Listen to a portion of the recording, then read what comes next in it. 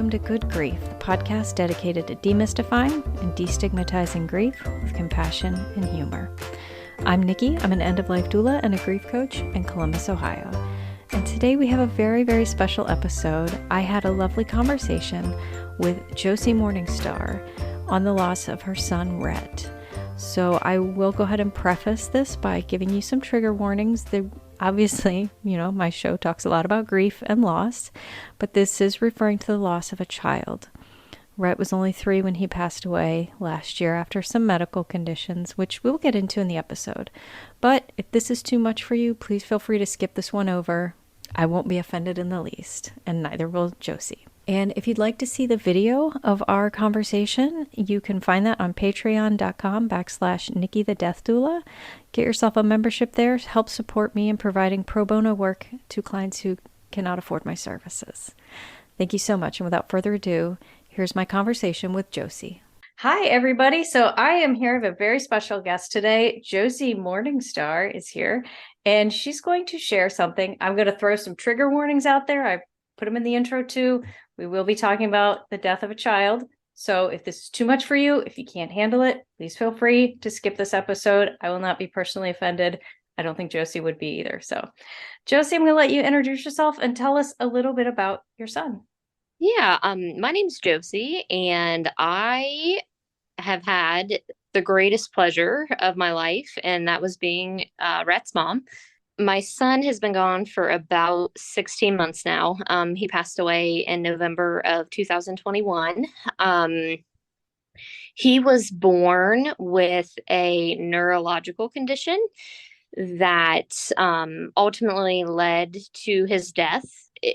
We were never able to find a diagnosis for his disease, but it was obviously, very profound. He went through his 3 years on this earth without vision, with the loss of his hearing. He never walked. He never talked. He, relied on BiPAP to sleep and relied on a feeding tube. He had wheelchairs and standers and just so much medical equipment. It felt like kind of a medical ward for the time that he was here with us. And, in the end, he lost the ability to urinate. And I just say that to kind of, bring some awareness and maybe, put into perspective just how profound his disease was, just because we don't have a name for it. But like I said, it was neurological in nature. It was progressive. Things got worse over the course of his life. So that's a little bit about, I guess his medical background. Even though we never had an overarching diagnosis, some of the symptoms of his disease, for those that might be wondering, he was severely microcephalic, which means his head was very small due to poor brain development. He had epilepsy. He was cortically visually impaired, cortically deaf. And, like I mentioned, he was nonverbal, never got the ability to, sit independently or stand or walk or any of those big milestones that we think of in early life for children. I'm trying to think. Yeah, I think, medically, that kind of stuff, sums it up well. And one of the things a lot of people want to know is, did we know any of this before he was born? And the answer is no. Even when he was born, things were, quote, okay. Sure. But I do remember looking at him, the day after he was born. We're still in the hospital. I'm holding him. And I just remember looking at him and knowing that he was so special. And I had no idea what that meant at the time. But, we would come to find out what that meant. And, at that point, it was nothing in my wildest dreams I could have ever imagined. Mm-hmm. And, even my mom had, kind of some questions early on and, knew that something something was wrong. Even though, we didn't quite know what that was yet. So yeah, you said when he was born, you didn't know ahead of time. You didn't know when he was born. When was it that you said your mom maybe noticed. When was it when you started noticing something wasn't quite right? Do you Okay. remember? Yeah, so it became clear, pretty early on.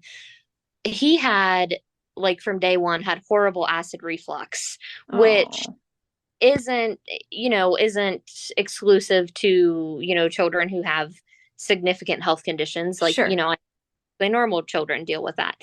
But kind of in hindsight, that, that is a big clue for me. Like, it was probably a little more than acid reflux. It was probably really, like, feeding difficulties that we just didn't realize at the time. Okay. um when he was 5 weeks old, he contracted a virus, like the common cold, basically, and had a fever. But, because of his age, he had to be admitted to the hospital and all that good stuff. Mm-hmm. And it was there that a doctor realized that he did not blink to light. And, Oh. okay. And, because she asked us about it, and I was like, well, now that you say that, he doesn't. So Mm-hmm. that was kind of the first thing that, like, really put us on a trajectory that, like, hey, we really need to see specialists and investigate this more. You know, as far as, like, me noticing things, like, even by that 5 week mark, like, he wasn't doing things that my daughter had done by that point. We weren't getting those, like, little smiles in his sleep, or, he's still not trying to, support his own head and look around and Mm-hmm. like that. Yeah. So I would say around that 5 weeks is when we, and we brought the whole blinking thing up to his pediatrician. And, his pediatrician really fast tracked us from there, with MRIs and Mm-hmm. talking to ethicist and, just all of this stuff. And yeah, it was a pretty wild ride, kind of between, like, 5 weeks and 6 months, because when he was, oh, let me think here, probably right about 3 months old, he started having seizures. Oh Um, no. the pretty,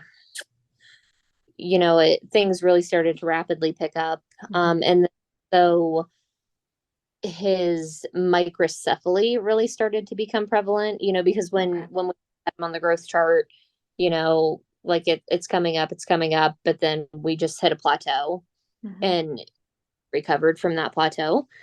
So yeah, it was, we had maybe a couple of blissful weeks, but, we Mm-hmm. didn't get to enjoy that for very long. It didn't take Mm-hmm. long to think that things weren't the way that they should be. Sure. Sure. So now, fast forward a few weeks, things are happening, tests are being done. How old was your daughter at the time? She was 2.5. Okay. How did she respond to all of this? I'm just my pure curiosity here. Yeah, she's always been she's always been on the move, and Okay. way for any of the things that we wanted her to slow down for, especially at that age. She was an excellent big sister, to him, but it was, and that's one of the things, like, I've always kind of, or I think about often, is the fact that she never knew any different. That was just her life. Like, she had a Mm-hmm. brother, had a lot of significant needs, a lot of, her needs had to come second to, the things that we were going through with Rhett. And we have an excellent family support system, but there was a lot of mom guilt, because Rhett had a lot of hospital admissions and things like that. And, here I am leaving my 2 and 3 year old, while I'm in the hospital for Mm-hmm. maybe 3 days, maybe 11 days, Yeah. maybe. So she took it all in stride, but it was definitely difficult, and probably more so for me as her mom than maybe it was for her. But I mean, she was a champ, and we got through it. Right. I'm glad that you mentioned feeling guilty. And that sounds weird for me to say that, but part of like my whole point of this podcast is to make people feel a little less alone when they're feeling things that they might not feel are, normal according to the status quo or society. And so many people feel shameful about guilt, right? So thank you for sharing that. I imagine that's a completely, I don't have children, full disclosure, but I imagine that would be a pretty common experience if you have one child that's going through a lot of medical issues or really kind of any issues, that the other child might feel a little neglected, not neglected, but you know what I mean. Yeah. And guilt is it's a very real thing. And, I'm not proud to admit it, but I mean, I can't even count the times that her needs and wants and all of that was impacted by, things that we literally had to do to keep Rhett alive. Sure. And, she did. And I think our whole family missed out on a lot of, those normal kinds of things that you think about when you have young kids and want to do. It's, I feel guilt about a lot of things, kind of in this journey. But, the way that she often had to take a back burner is something that I think will always be really upsetting to me as her mom. Yeah. And I mean, it's easy for somebody like me or somebody on the outside to say, oh, don't, you were doing what you had to do. Don't feel guilty, but I can't tell you how to feel. So I imagine I would feel just as guilty about that, Yeah. So thank you so much for sharing that. So where along the line did you either discover or were told that this might be terminal? Or was that ever brought up? I didn't ask about his specific passing, if it was sudden or if it was like, this is going to happen. And any question I ask, if it's too much, just tell me.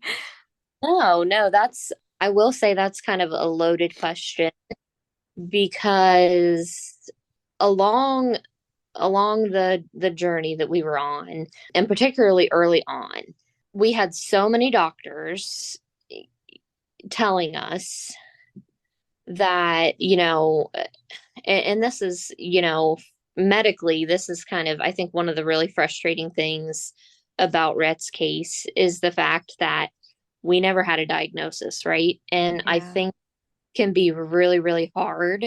It becomes hard to help you advocate for your family member or your friend or, whoever you might be thinking about if they don't have a diagnosis because, we got all these genetic tests back. They look pretty normal. We got these MRIs back. They look pretty normal. CT scans, they're fine. Testing for things like parasites and, stuff like that. And it's negative. Wow.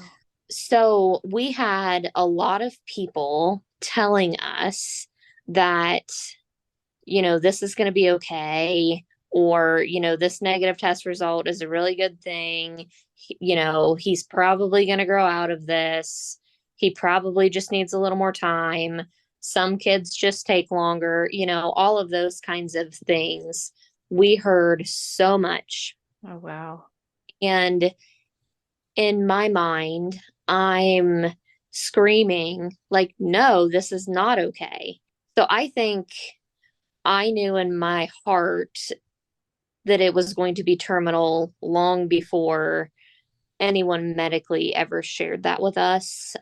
When he was, I'm trying to think here. Oh, he would have been not even quite a year and a half old. He had the common cold and he had croup at the same time. And that resulted in him being in the hospital for 11 days, most of those in ICU. Like he was intubated, a whole slew of things. And that was the first time that we were introduced to people in palliative and hospice care. So I think that those were the first people, and that was the first time that we got indication from his medical team that, there were probably some things that we would need to think about as far as what we would do for interventions. Would we ever do a trach? Would we ever do this? Would we do that? What would his goals of care be?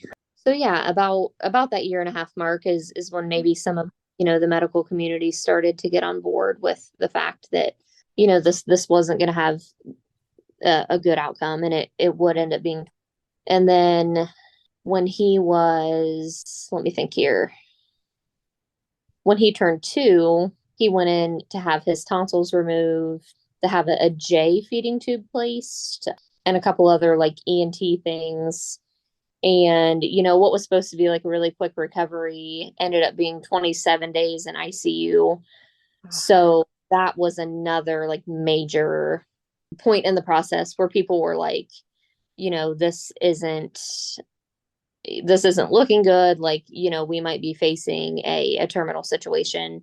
And in reality, a little over, let me think here, about a year and 4 months later, it was. So, we knew it was coming. He was on hospice care for the last, I think like 8 months of his life. So we had hospice care in place. And to kind of maybe answer the question about, his death, it was, obviously he was on hospice. So we knew that, death was likely to occur.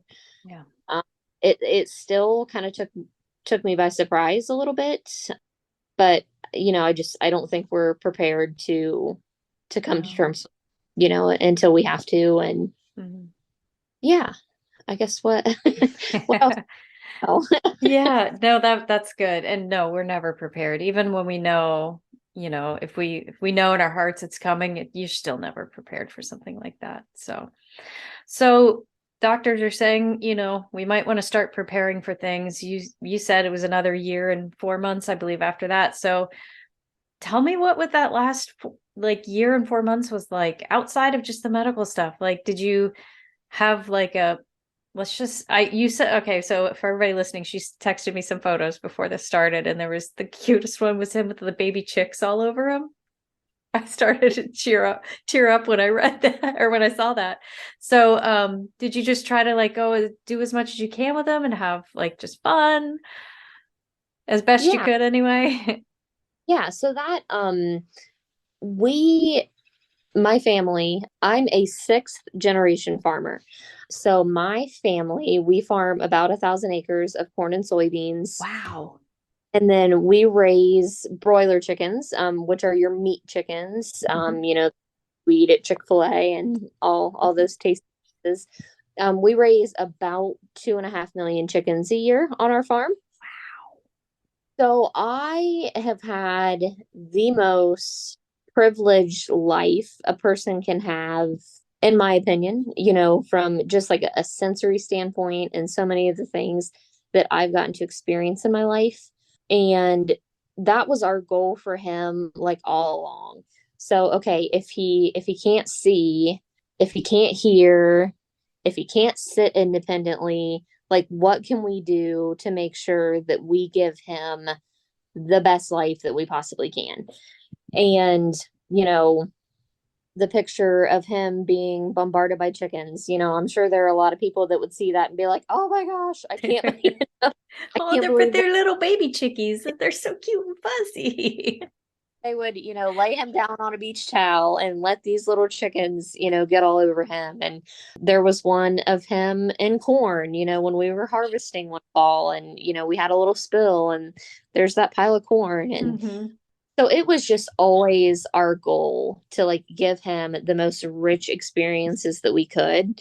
Even though those fell short, obviously, of, everything we wanted to give him. But to answer your question, kind of after that long hospital stay, and when it became, really kind of more obvious that, Rhett's condition would be terminal, we went with my family to Tennessee. We went on a vacation. That was awesome. Like, I am forever thankful, and I think about that all the time. The time that we got to take him to Tennessee.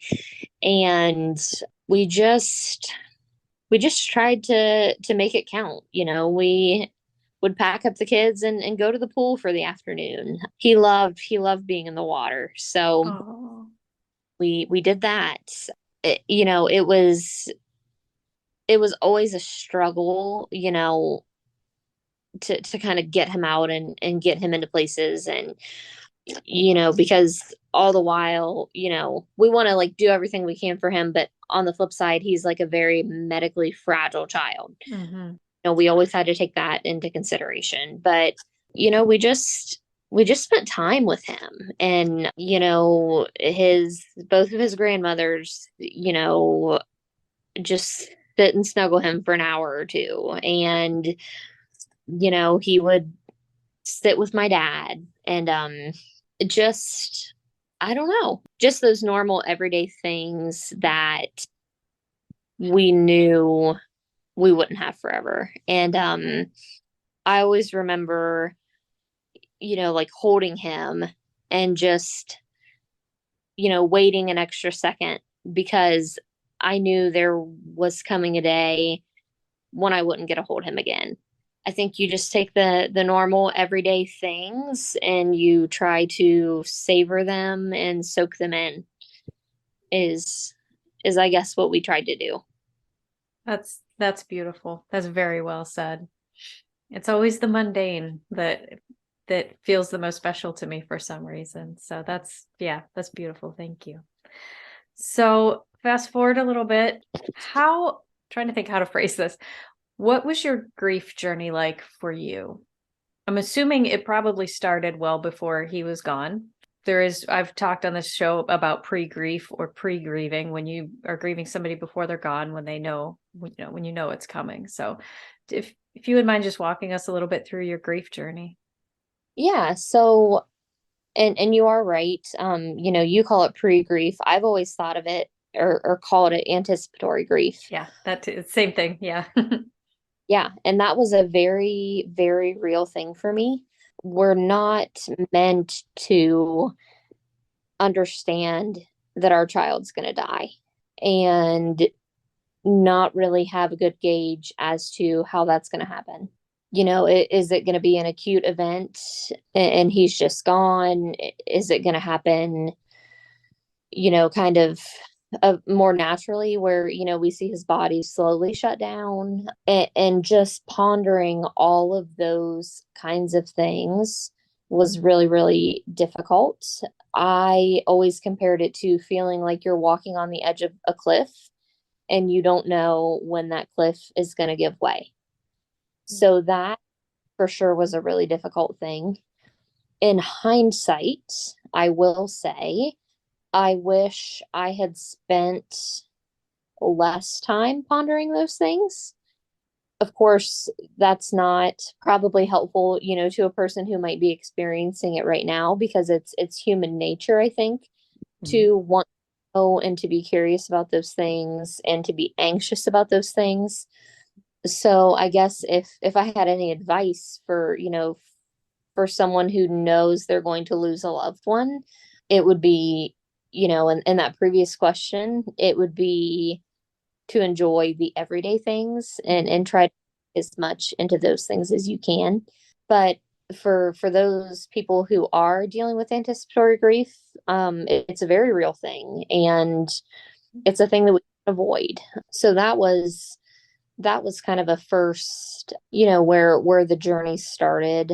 And I will also say that people who have medically complex children, that's a whole other set of grieving, because I think we go through a lot of grief about the things that our child will never get to experience, just at the hands of their disease. The fact that Rhett never got to see me, or he probably didn't hear me that well. The fact that I had a son who I thought, was going to grow up and be strong and get a farm with me and my family, and, my husband and his grandfather and his aunts and uncles, and, having a son who I thought I would get to watch play football, and just all of those things that you realize you're not gonna get to do with your child. That's a very real thing too. But, when Rhett did pass away, there is nothing that can prepare you for that. No matter how much you think you've done to prepare yourself for, what that's actually going to be like and what you're going to feel like, there is nothing that comes close. What you're imagining it will be is not how it will be. It will no doubt be the hardest thing you ever encounter. And for me, there was there's a lot of hindsight is 2020 moments in the journey, because Rhett was dying, and I always feel like I was a little too close to see that. So it was still very much a shock to me, even though it did kind of happen in a more gradual way. And which, I can only see that and say that on this side of it. And it, there's just so much that goes into grief. I think we think a lot about, the 7 stages or however many there are. And you always imagine that maybe they happen one at a time and in order and all of those things. And I would say they happen all at once. Yep. I did a whole episode on the stages of grief and how they're not in order and they may happen all at once. So you are very correct. Yeah. They can happen simultaneously. And I will say it never gets better, but it gets different. And we get different with it. And, in those early days, it's all you can do to function. Like if you get out of bed and brush your teeth, like you should get a gold medal for that. And, there are a friend of mine told me that, and this was very early on, in my journey, she had lost her father unexpectedly. And she told me, there's going to come a day here, not too long from now, where things are going to happen that should make you happy. And, her advice to me was basically not to fight that and to let that happen.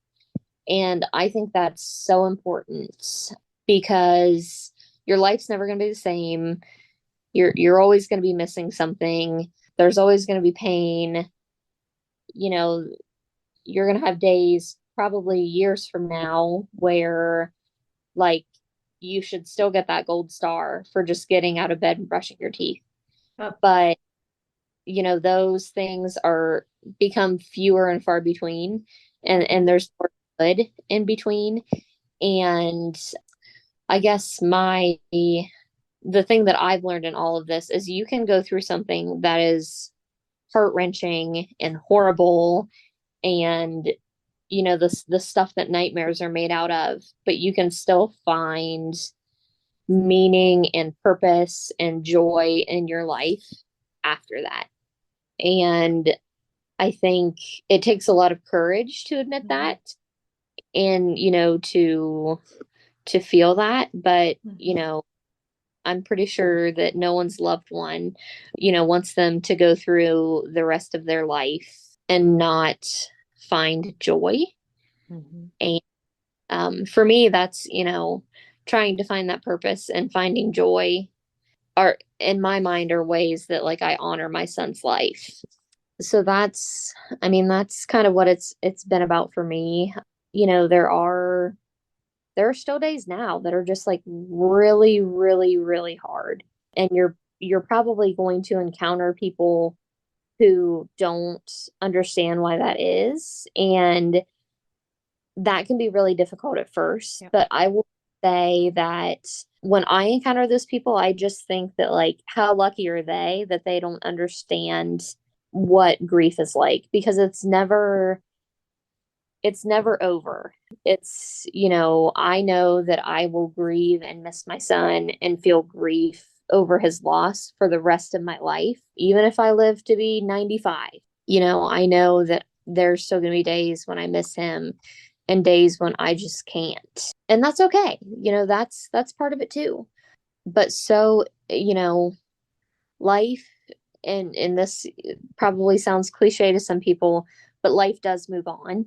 Mhm. Um, and whether we like that or not, I think it's beneficial that we try to, join in that, and just because you do that and you find purpose and you find joy and you find meaning, and that doesn't mean that you don't miss your loved one. Just like all of the stages of grief can happen Mhm. simultaneously and coexist, your love for your loved one and a joy in life without them can also coexist. And the presence of one does not mean the absence of the other.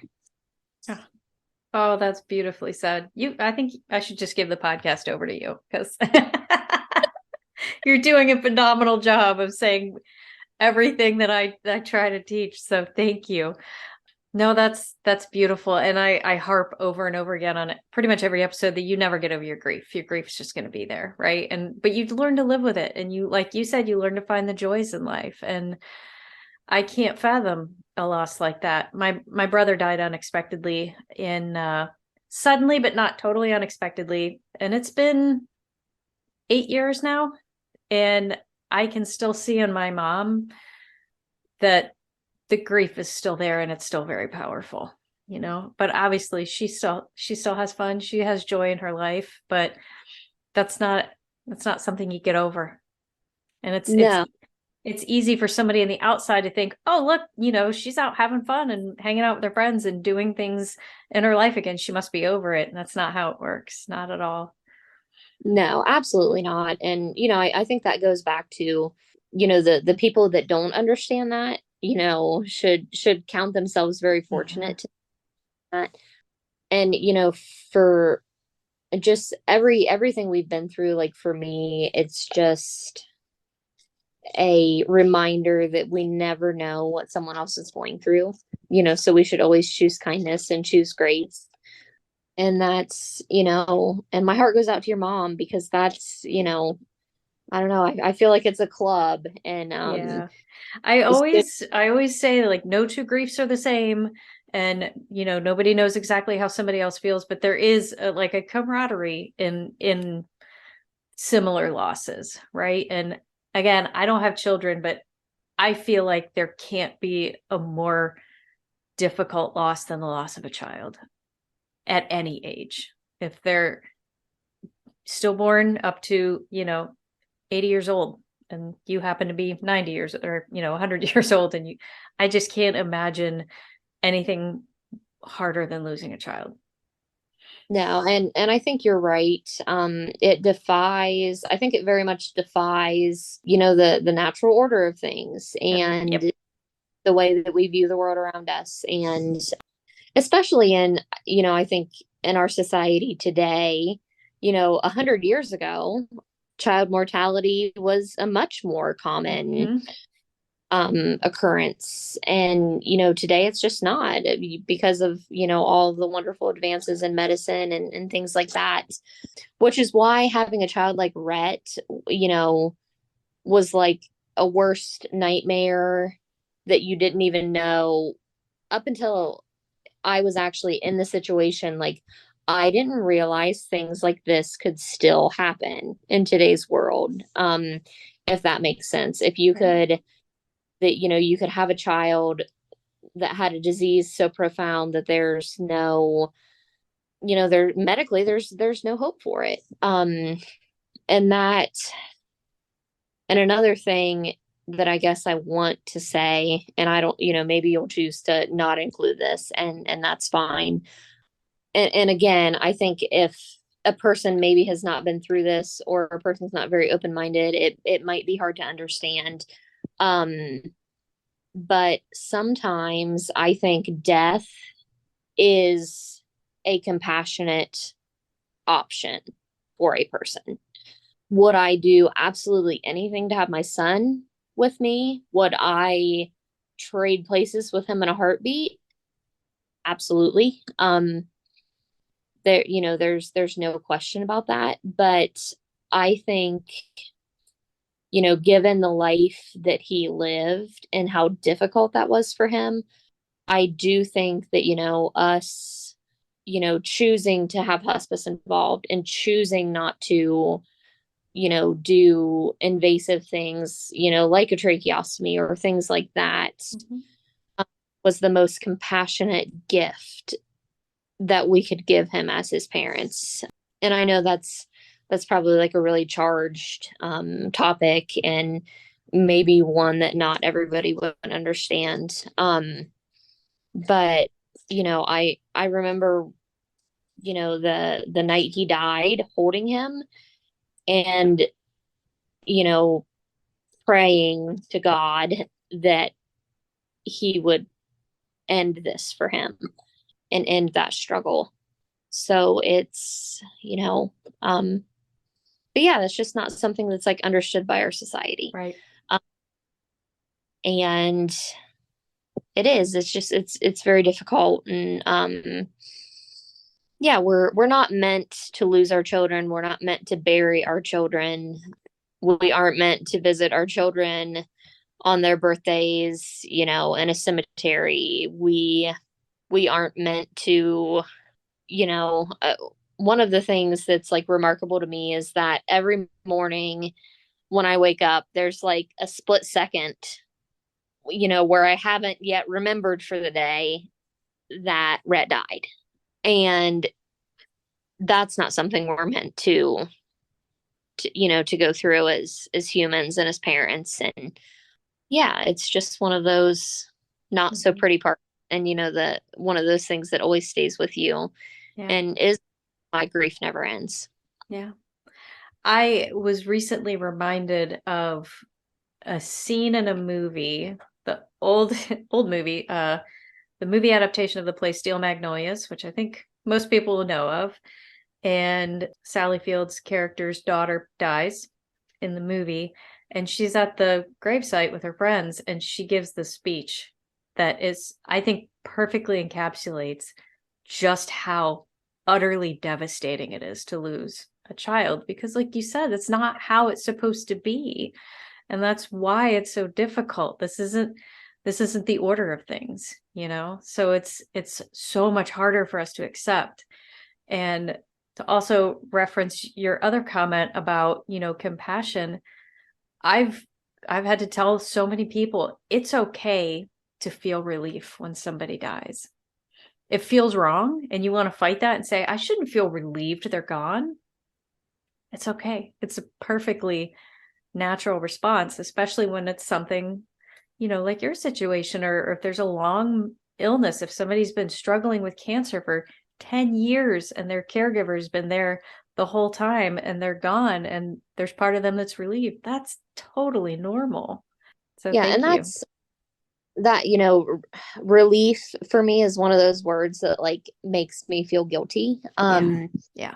Because I mean, like I said, I would do anything for my son, but like knowing how hard his life was, and I think that when we think of all of the things that help give a person quality of life, and then I think of how he didn't have any of those things. Yeah. The only thing he had was, a family and a group of people who loved him more than anything. But I just always thought if I were to wake up tomorrow like Rhett, um, without the ability to see or to hear or, do any of the things that make my life wonderful, that's not a life that I would want to live. And you know, feeling and there are days like when I am thankful that he does not have to endure this life anymore. A life that was very unfair to him and a life that was very difficult and ridden with pain and discomfort that I probably can't even begin to fathom. And it just like you said, it is okay to feel thankful. And I think that's what it comes back to is that, you're ultimately thankful that your Mhm. loved one doesn't have to endure that anymore. Yes. Mhm. Yeah, and that's a very I've never really talked about that before. Yeah. But I it feels good to say it out loud. Good. I I specifically remember having a conversation with my mother after my brother passed away.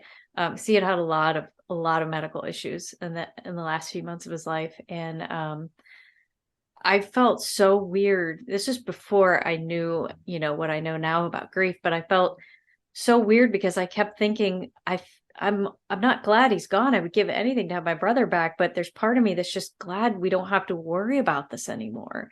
And I asked my mom, I was like, do you ever feel like a little not relieved, but just, glad that that's over? And she's like, yes, yes, of course. And we could kind of commiserate that we both had those feelings, because it feels wrong. It feels icky, but it's so valid. It's so valid. So thank you so much for sharing that. You're welcome. So did you have something else you wanted to say? No. Okay. I want to try to end things on a little bit happier note. I've been like near tears this whole time. What is your happiest memory with Rhett? Oh gosh. You don't have to pick just one if you want. I'm sure there are multiple. So, So on the trip that we took to Tennessee, this area, we went to a place called Blue Ridge Daylilies, which is closer to Asheville, North Carolina. And we went like midsummer, and this daylily farm happened to be in peak bloom, oh, right? wow. And I love flowers. So I'm in like a 10-acre field of daylilies of every color that you can imagine. And I get to be there with Rhett. And we have a picture that's, me and him. And he had like an adaptive kind of all-terrain stroller at that point that we were able to use. So, I was really able to get out there with him and, just enjoy all the beautiful flowers. And we're in the hills of eastern, or I guess western North Carolina. Mhm. A truly beautiful place. So that's definitely one of my favorites. And about let me think here.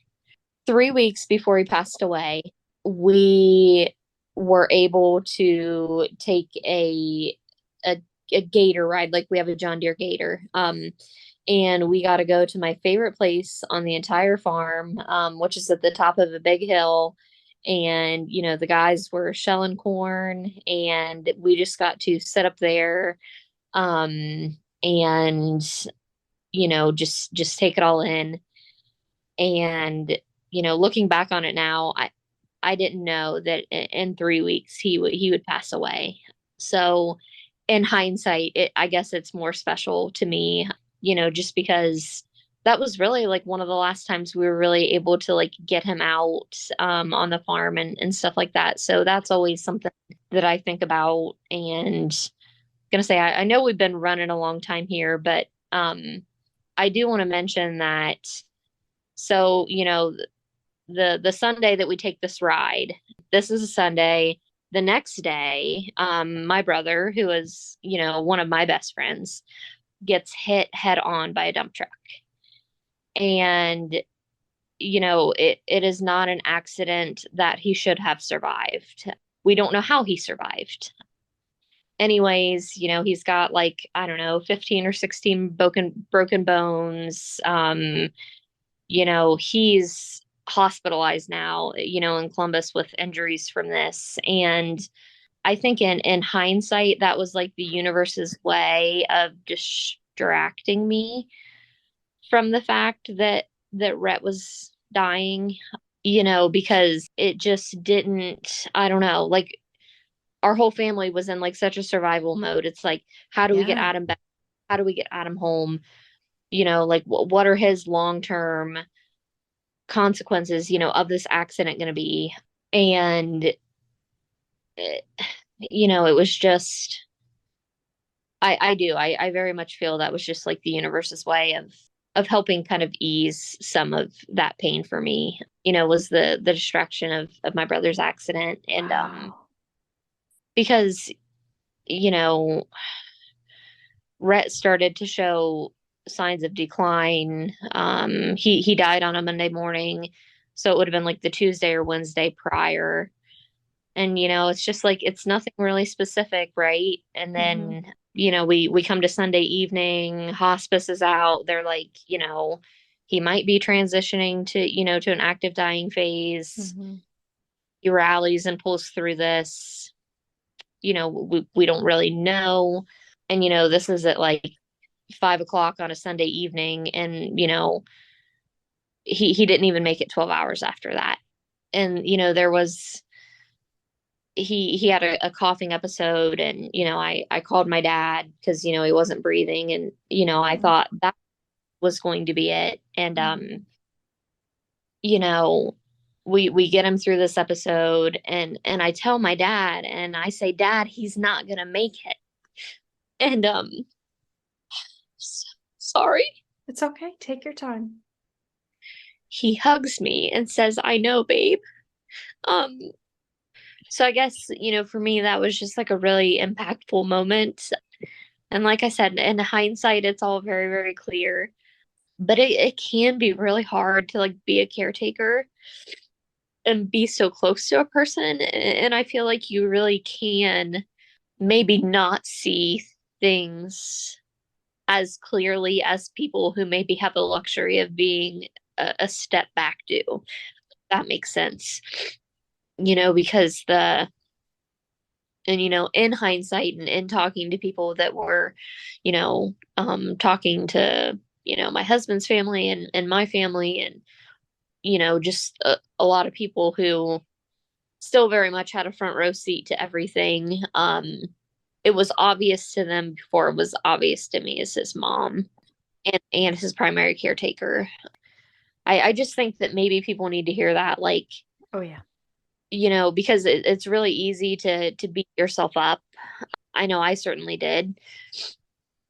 That, here, Rhett was, exhibiting so many of the classic signs of somebody who's transitioning, into active dying and all of these things. And like, I didn't see that and I missed it. And what could I have done? And all of these things. But, I think when you take a step back from that, everything happens how it's supposed to. And, with that time and distance from the situation, I'm satisfied that we did our absolute best for our son, and that we made the right choices for him.